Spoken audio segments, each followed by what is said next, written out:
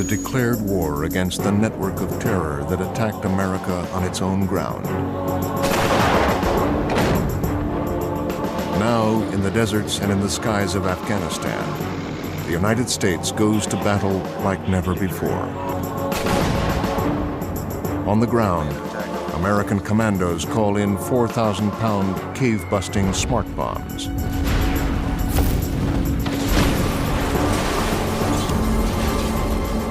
Above, low-flying Apache helicopters pound Al-Qaeda forces. We beat the air into submission. And throughout the war, new camera-mounted drones feed back real-time battle video to commanders thousands of miles away, capturing scenes like a mountain rescue mission that went terribly wrong. This was all apparently being watched by a Predator UAV, feeding the video back to CENTCOM headquarters.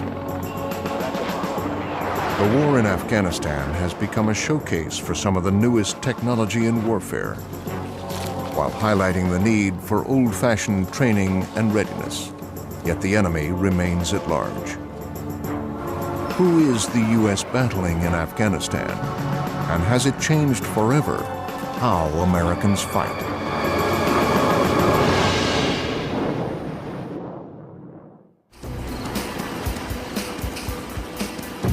On a pitch-black night over Afghanistan, approximately 4 weeks after the World Trade Center bombing, a special forces team fast ropes deep into Taliban territory.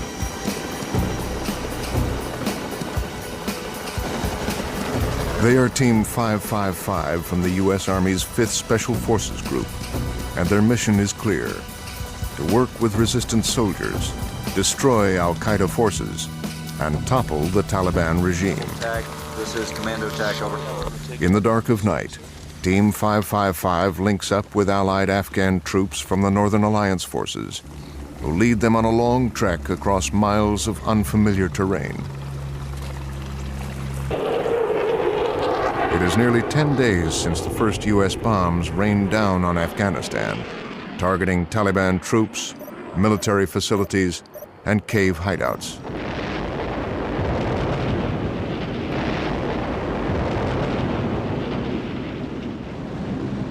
By week 2, the power and precision of the air campaign have obliterated most known targets, and there is barely anything left to destroy.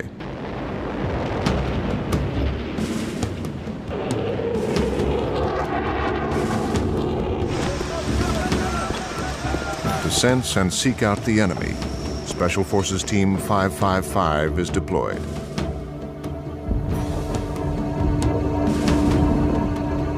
Just days after linking up with their Afghan allies, the Special Forces soldiers begin calling in coordinates to new targets. Once again, smart bombs called JDAMs start falling from the sky. JDAMs, or Joint Direct Attack Munitions, use global positioning satellites to find their way to target. The bolt-on tail contains a guidance system which receives target coordinates punched in by the pilot. You can drop this thing in any weather, any kind of conditions you want, and as long as there's enough satellites overhead that it can see, it's going to go sick Fido right on top of the target.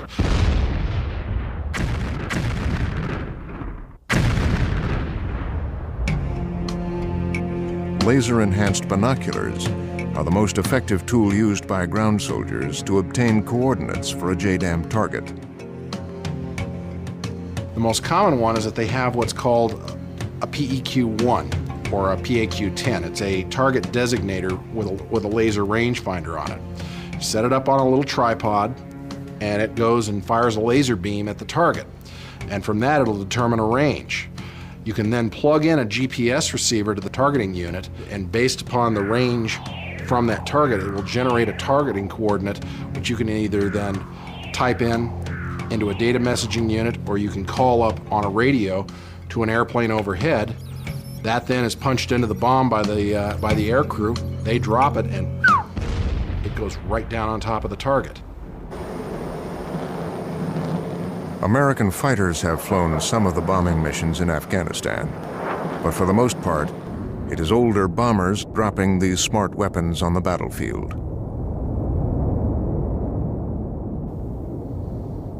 One trooper came down out of the hills and said, God, I love those B-52s, you know.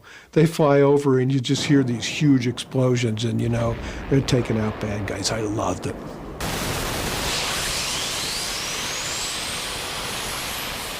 The B-52 Stratofortresses, now flying over Afghanistan, are the oldest aircraft in the Air Force inventory. They fly at subsonic speeds at altitudes up to 50,000 feet.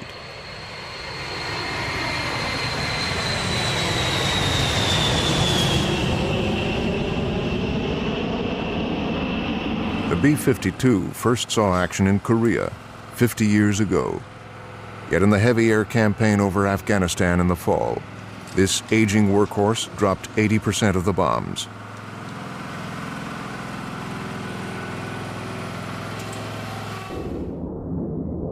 The power of America's air campaign will quickly grant the Northern Alliance troops the victory that has eluded them for over a decade. To suddenly realize they had an Air Force. It was somebody else's and they were borrowing it, but they had an Air Force that could do that to their enemies and was going to do it day and night for as long as it took before they were ready to make the assault, just emboldened them. For the U.S. Special Forces soldiers choreographing the bombing from the desert floor, target designation is just part of their mission.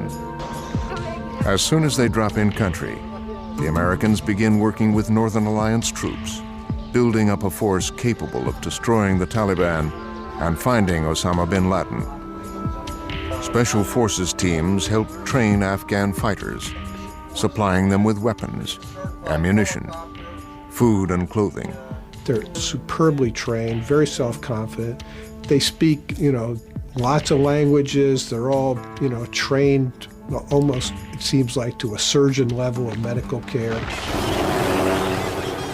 For each of these soldiers, their mission in Afghanistan began at the John F. Kennedy Special Warfare Center at Fort Bragg, North Carolina.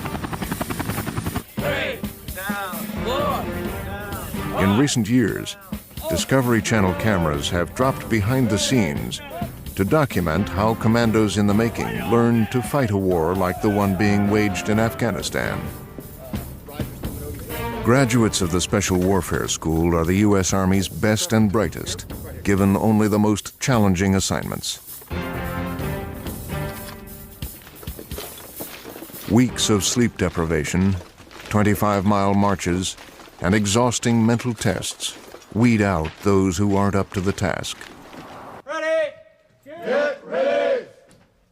The final exam is a 2-week-long browbeating exercise called Robin Sage, where American Special Forces candidates must put all their training and knowledge to the test. These students kick off their Robin Sage mission by preparing to jump into pitch-black night over unknown terrain. Land. Left PLF. The student missions closely mirror real-life scenarios now faced by Special Forces teams in Afghanistan. This group of candidates has orders to find their way through hostile territory and make contact with and train a guerrilla resistance force. How's that feel? They are lightly armed, each man carrying about 210 rounds of ammunition. Most are equipped with the M4 carbine, a modified M16 combat rifle. It's like an M16. A C-130 makes the quick hop behind enemy lines. Go, go, go, go, go, go, go, go, go, go. According to the students' mission statement, the fictional country they move through was recently overthrown by a despotic leader. A resistance force has called upon the Special Forces team to help restore the previous government to power.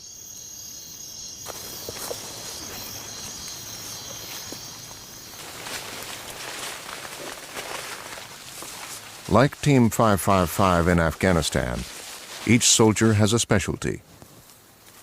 Demolitions, weapons, communications, intelligence, and field medicine.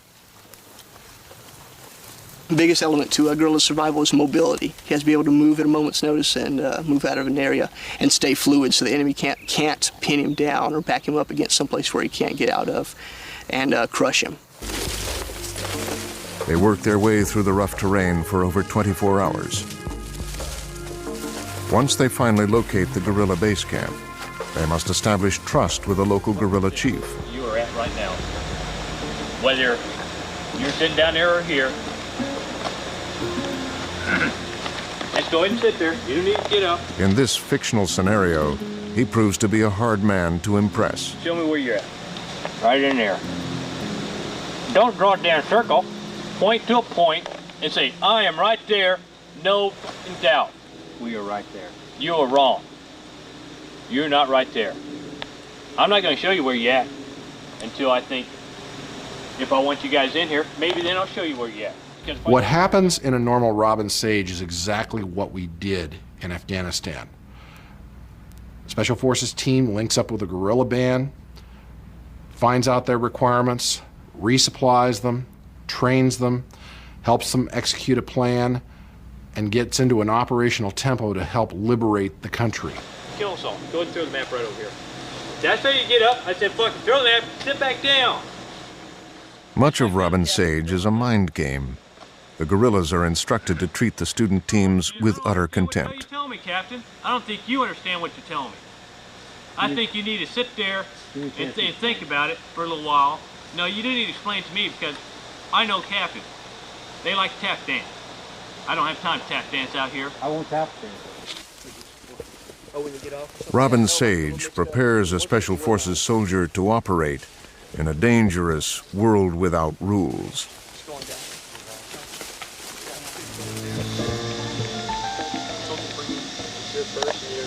I don't have the means to do prisoners of war. What's she coming here to do? They learn to deal with ethical dilemmas, such as an Allied commander guilty of human rights violation. We blow her up if we kill her. I tell you what, I want to go and talk to her myself. Somebody knows she's here. Somebody sent her. She couldn't have operated autonomously. In a situation like that, ultimately comes to a really hard choice of, do you risk the lives of all the men in the camp as well as her, defending her, help you? I tell you what, I'm going to give you 5 minutes to figure out what you want to do. Who said I'm going to shoot her? We blow her up if we kill her. I tell you what, I want to go and talk to her myself. I'm going to interrogate her. We're at it.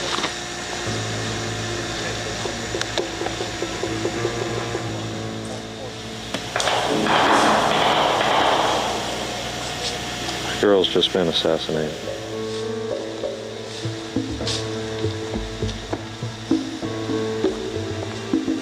The captain was really not dumbfounded, but the gears were turning continuously. And at one point, when they took the girl up the trail, I thought he was going to run after him because he started that way, and I'm like, you're going to lose it. But he stopped, and you could just see him trying to think, what am I supposed to do? So it was a good dilemma. I ask you again, are you going to tell the colonel that you are reporting him of a human rights violation? No, we're not. Do they want to be associated with this act? And that's where they have to separate themselves. Plus, in addition to try and stop it through advice, they can't physically stop it. So all they can do is really report and not let the guerrilla chief know that they're reporting it. They'd lose all rapport at that point. In Afghanistan, U.S. Special Forces face similar dilemmas. Northern Alliance soldiers have a well-known track record of committing war crimes. The Special Forces guys have said to me, you don't want to know about the world, we have to work it. Hey, we got Dad over there. It's the real world. They come from the point of view that the United States plays in a dirty, dirty neighborhood. And we sometimes have to do dirty things just to stay on our footing. In this war against terrorism, the U.S. has entered an unknown environment, facing a new kind of enemy.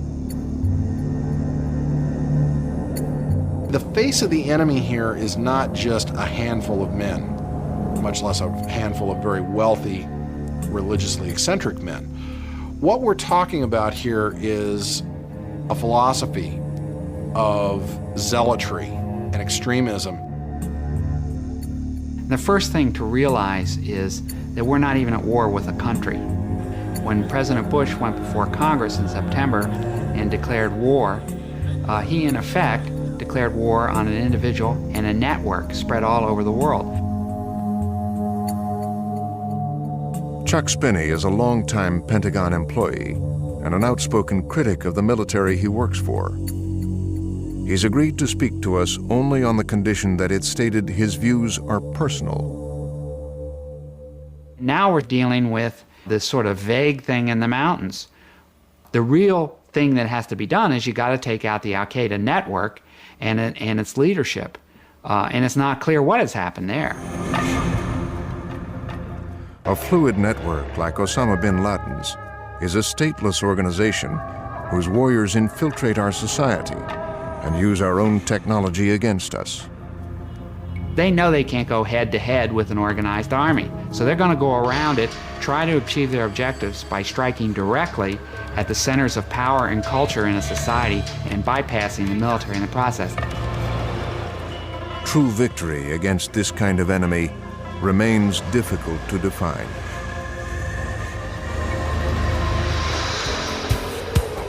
By December 2001, U.S. airstrikes against Taliban and Al-Qaeda targets are into their 8th week. Just a month earlier, the northern city of Mazar-e-Sharif had fallen to Allied troops. Then the spiritual center of the Taliban government, the city of Kandahar, also falls. After 6 years in power, the Taliban government dissolves almost overnight. Despite these significant conquests, the hunt for the one man in charge, Osama bin Laden, continues. The pursuit leads U.S. forces to the mountainous caves of Tora Bora in eastern Afghanistan. Thought to be a last refuge of bin Laden and his Al-Qaeda fighters.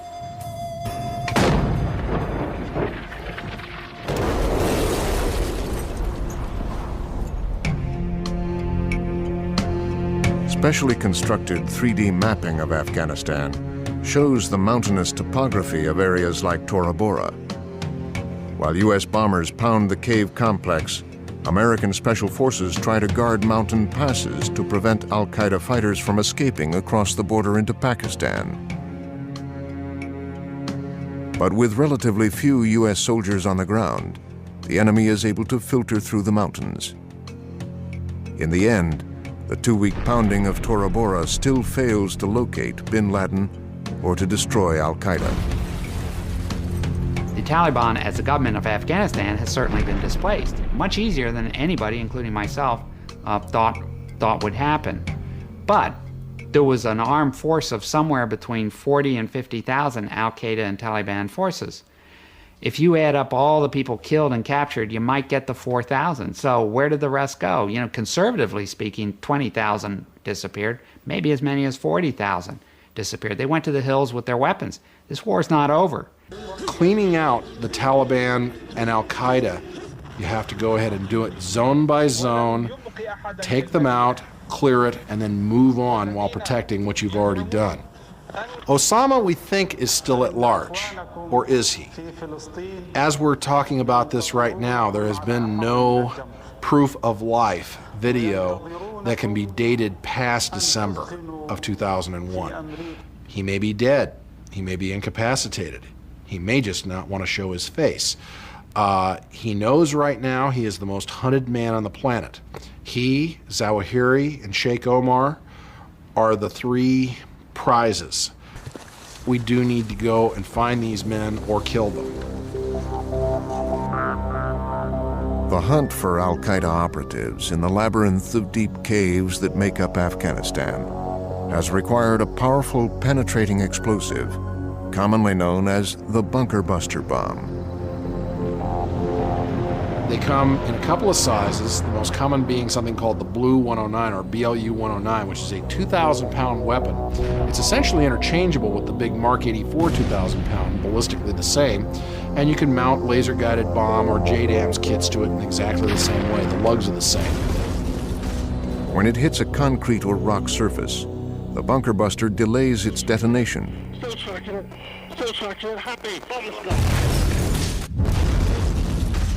First breaking through the surface of a target like a masonry nail before it explodes.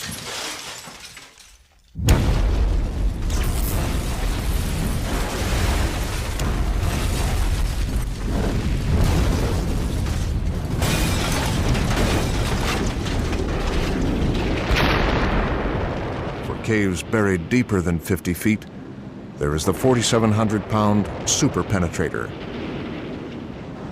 We use it in two configurations. There's a GPS-guided version that can be dropped off the B-2. There's also a laser-guided version, the GBU-28, which can be dropped off the F-15 Strike Eagle.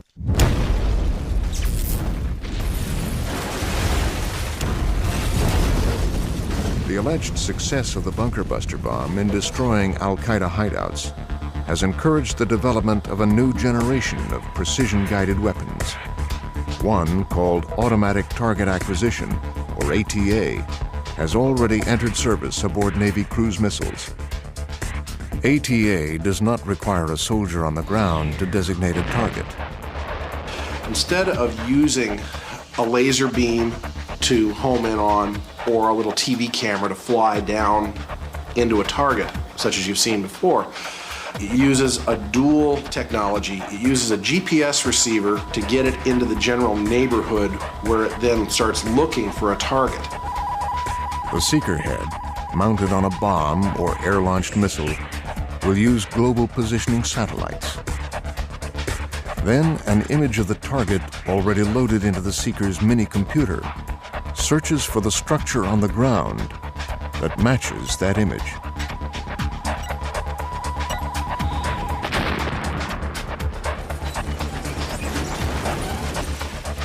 It looks for trackable features around a target. For example, an air shaft, an air conditioning duct, a door, a window, whatever. Locks those in to that template, adjusts it appropriately, and then will fly to any point within the template directed by the user. The intelligence images from which systems like ATA can draw are also becoming increasingly sophisticated. This three-dimensional CIA graphic of a Washington suburb was created from overhead infrared cameras and depicts the satellite image of the future. You could fire, say, from Philadelphia, and it could fly through a window of a building all by itself through heavy weather, day or night, say in Washington, D.C., over 100 miles plus distance away. The structural detail that 3D infrared imaging provides means that weapons with ATA will be able to hunt out specific office or apartment windows and strike without even brushing the curtains. If Osama bin Laden were to be located, he would have little chance of escape against a high-tech system like ATA. But finding a moving human target like Osama bin Laden has proved to be more challenging than anticipated for U.S. intelligence. Osama bin Laden and his associates, they can decide on a moment's notice to stand up, go outside, get in a vehicle, and drive away, and thereby change their location, change the context. Let's say we know Osama bin Laden is in House B in Kabul, Afghanistan this morning. Let's say we want to fire a missile at that house from a missile launch platform that'll take 10 minutes. We're betting that Osama bin Laden will be there 10 minutes from now, and that's a poor bet. It's especially difficult inside terrorist organizations who work on the basis of not only personal relationships that usually have been formed for many years, but they work on constant personal interaction and constant personal testing of loyalties, of capabilities, of stability for the terrorist activities. But one high-tech surveillance system has gained superstar status in the hunt for Osama bin Laden. The unmanned Predator surveillance drone has become a regular sight over the battlefields in Afghanistan, gathering video that is instantly fed back to control centers hundreds, even thousands of miles away. Predator is nothing more than an oversized model airplane. It's got a propeller at the rear that drives it, a couple of wings, fairly low radar cross-section, can stay up for some hours. In the front, though, is the payload. This is usually a forward-looking infrared thermal imager with a TV camera as well as a laser rangefinder and designator. And you can actually go and use this system to designate laser-guided bombs, or because it's got a GPS system tied to it, you can actually get positions for JDAMs and other systems as well to drop on to targets. When it's just in a looking mode, it tends to fly patterns much like a dog would go searching for game, back and forth across an area.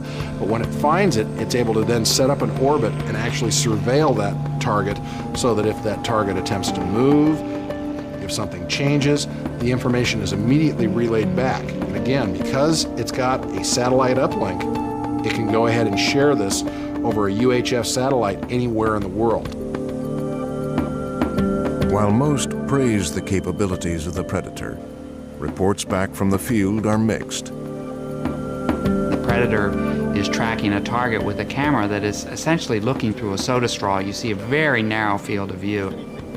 And so everybody becomes focused on what that Predator is looking at, and they may not see something that is much more important that is just outside the field of view.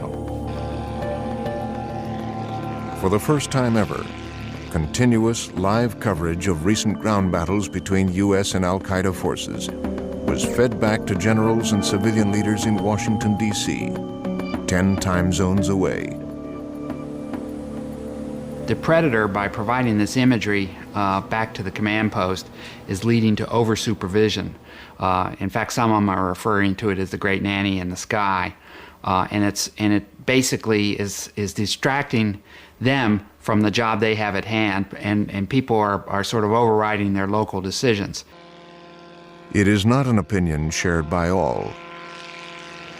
In fact, this war has pushed the era of armed combat drones upon us. In Afghanistan, the first ever unmanned combat aerial vehicle, or UCAV, was sent into battle by remote control. On November 18, 2001, U.S. jets attacked a Taliban building.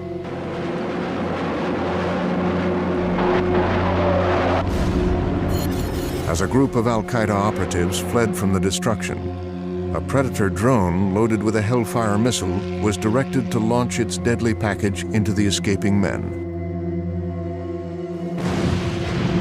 The result? 100 dead, including some senior Al-Qaeda officials. Bin Laden not among them. Using improvised racks for the Hellfires, Predator has become the de facto first UCAV, and it's really shaking people up to the idea that if an airstrike is plinking things and suddenly you see a truck taking off and going the other direction, and that you can just use this as a cleanup shot and just shoot, is very, very exciting. Drones could eventually take on an immense variety of combat roles that up until today have been left up to humans who have to eat, drink, sleep, and who die. While Afghanistan has shown that the future of UCAVs is promising, one of the war's tragic incidents warns us that over-reliance on technology in combat can lead to human error. It is the morning of December 5th, 2001. Special Forces Team 555 and a group of Afghan opposition fighters are positioned near Kandahar in southern Afghanistan, calling in airstrikes on enemy targets over a mile away. Suddenly, A satellite-guided bomb dropped from a B-52 bomber overhead explodes just 100 yards from the soldiers. The bomb detonates with the force of its 2,000 pounds of explosives. The devastation is instant. 3 Special Forces soldiers and 6 Afghan allies killed and 38 injured. There is no time to understand why they've been attacked by their own, and the soldiers scramble to medevac the dead and injured off the battlefield. There was a forward air controller who called in a close air support mission. A B-52 responded with JDAM munitions. One of those JDAM weapons landed somewhere in the vicinity of 100 meters from where our troops were at, and that's what has obviously caused the casualties and injuries. It was one of those little oddities of technology. The batteries in the GPS receiver ran out, and the controller on the ground popped out the old battery, popped in the new one, and forgot that when the GPS receiver reinitialized itself, the position that came up on the readout was the position of the receiver itself. And so when the controller called up those coordinates, he was essentially calling down a 2,000-pound bomb on his own position, and that's why they had those casualties. The deadly bomb had dropped exactly where it was told to hit. Now, the kind of technology that you want to have in that kind of situation is the kind that you don't have to think about using, that you can use intuitively rather than analytically. Here's what I want to do. The basic infantryman is proving to be the best piece of technology we have. You know, can put eyes on a target, can make a judgment who or what that target is. I like the fact that you got your recce stay in the high ground, because that way you can... So if that's the best weapon we have, and it's a pretty good one, it's also the least well-resourced weapon. We lavish money on big, expensive weapons programs. Infantrymen still walking in pretty much the same boots. In the December battle for Tora Bora, U.S. leaders had relied too heavily on Northern Alliance troops to wage the ground war. So in January, 2,500 soldiers from the 101st Airborne Division landed in Afghanistan. Together with Army troops from the 10th Mountain Division, they formed the largest contingent of U.S. ground forces sent out to war since Desert Storm. I have almost never seen soldiers so eager to get into action, very aware that they were carrying the nation's desire to pay back for 9/11, that it was on their shoulders, and that they had a chance, unlike most people, to actually do something about it. Every one of our generations has been called on to do something for its country. We are no different. We've been called on to fight the war on terrorism. You are part of that fight. Along with the 101st came a battalion of powerful Apache helicopters, ready to provide air support to the soldiers when it came time to wage war. Okay, we're in first, that's about 100 meters. Go down. Okay, good. Okay. 06, fireball on you. The AH-64 Apache helicopter is one of the most technologically complex weapons that the U.S. has ever sent into combat.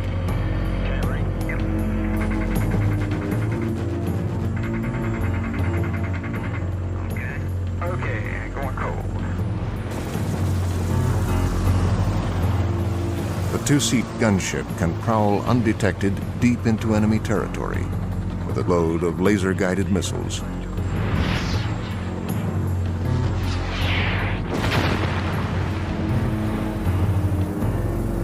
To an Apache pilot, rugged terrain is both enemy and friend. Hugging the deck, he is taught to use the folds of the earth to stalk his prey, which in Afghanistan's southern deserts becomes a greater challenge. Apache pilots in Afghanistan have had to fight blowing sand and dust, sometimes in the thin air of high altitudes. But those who man these deadly flying machines are a special breed of pilot.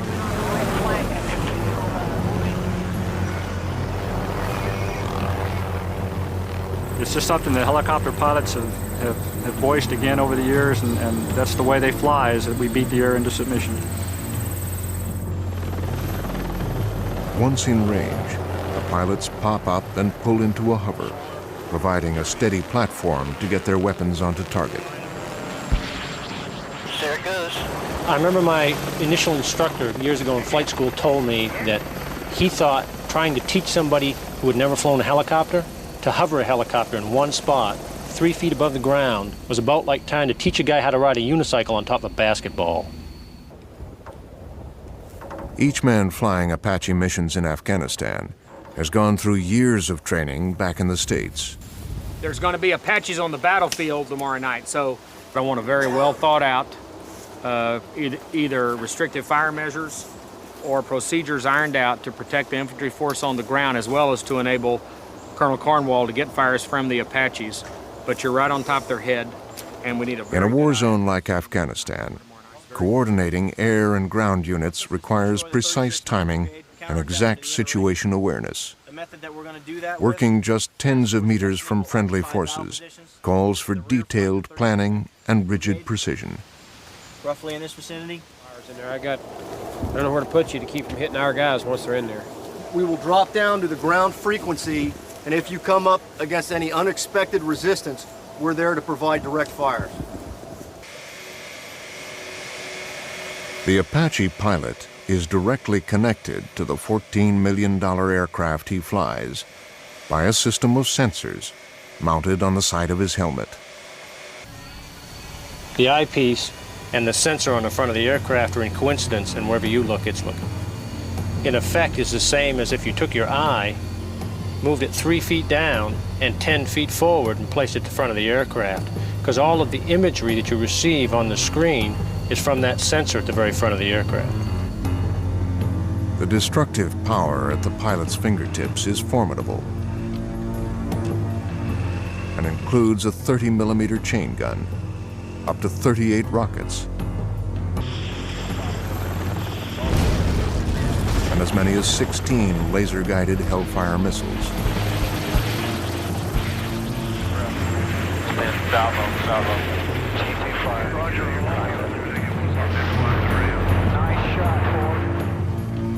The Hellfire missile is the tool of choice for Apache pilots in Afghanistan.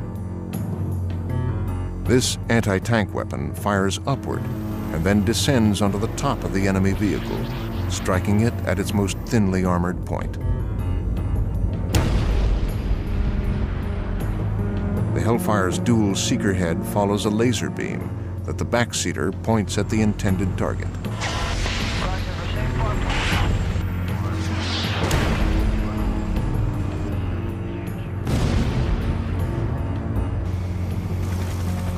At Bagram Air Force Base in Afghanistan, Apache helicopters lie in wait. It is March 4th, 2002, and the biggest assault of the war has kicked off, Operation Anaconda. A team of Special Forces soldiers is being sent on a reconnaissance mission to a mountain ridge. In 2 MH-47 Chinook helicopters, they take off from Bagram Air Force Base.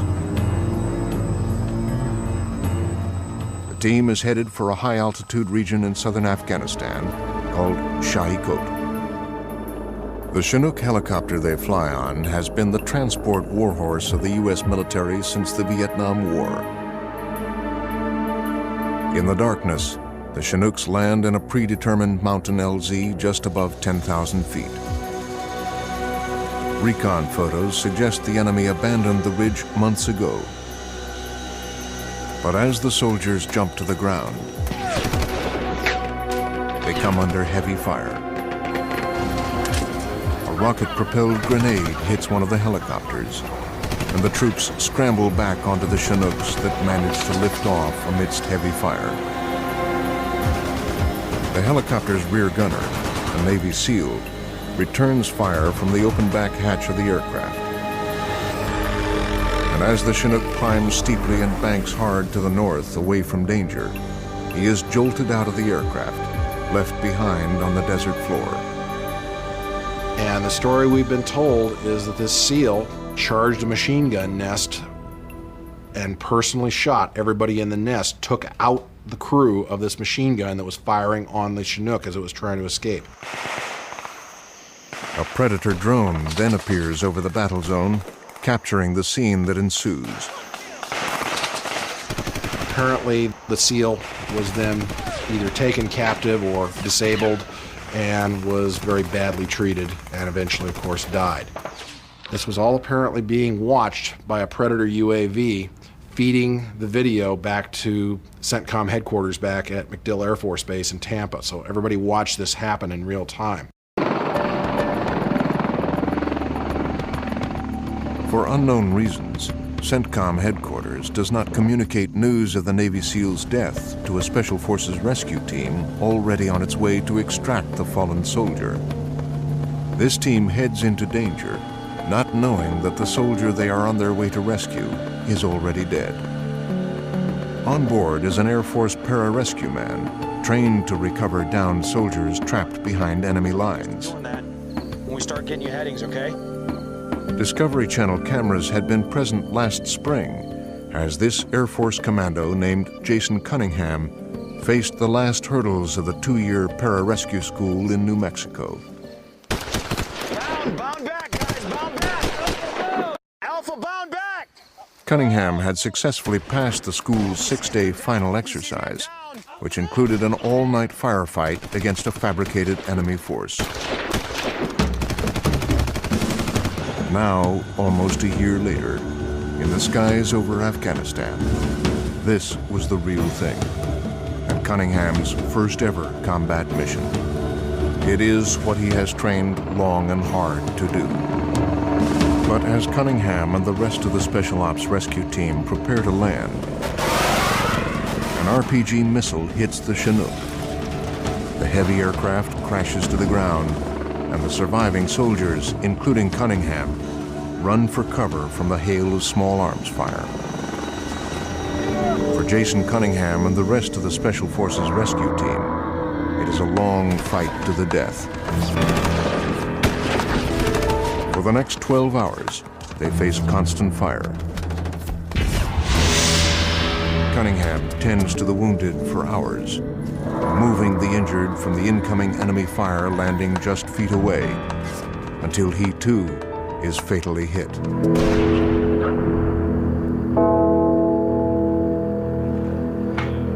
When rescue helicopters are finally able to extract the men, the casualty count is the worst of the war yet.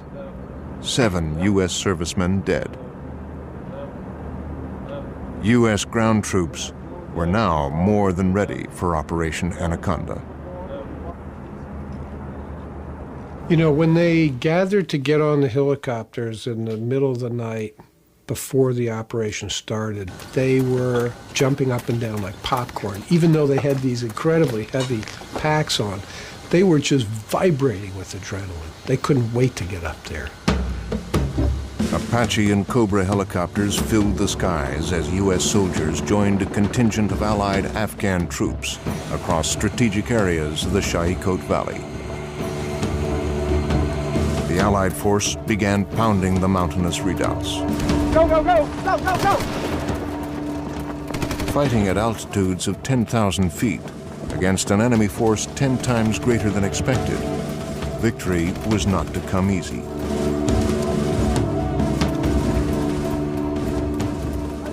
It was a very tough fight they got into. And they came back saying, we know we can take these guys, but they are really good. And this is going to be hard. And a lot of us are going to get hurt. For weeks, the battle in the caves at Shaikot raged on. U.S. infantry troops remained under constant fire from RPG rockets and other heavy weapons, and retaliated with equal force. By battle's end, the power of the Allied ground troops prevailed. This operation was an unqualified and absolute success from the perspective not only of the American and coalition forces involved, but also from the point of view of the Afghan forces involved. U.S. military officials claimed over 500 enemy dead, and the mountainous valley once again free of Taliban and Al-Qaeda threats. Reporters covering the war were unable to confirm the number of enemy casualties, but Operation Anaconda was declared a victory, despite the loss of 7 U.S. soldiers. To those who like to say, oh, come on, why are we losing people? Well, folks, it's a war, and we're fighting on the other guy's home field. This is the place where the Russians fought for 10 years and got their butts kicked, and we handed their heads to them. But a month after Operation Anaconda, Al-Qaeda and Taliban forces were already filtering back from neighboring Pakistan into the mountainous readouts of Afghanistan. And warnings of more terrorist attacks on the U.S. persist. So whether we choose to fight terrorism with the precision of high-tech weaponry,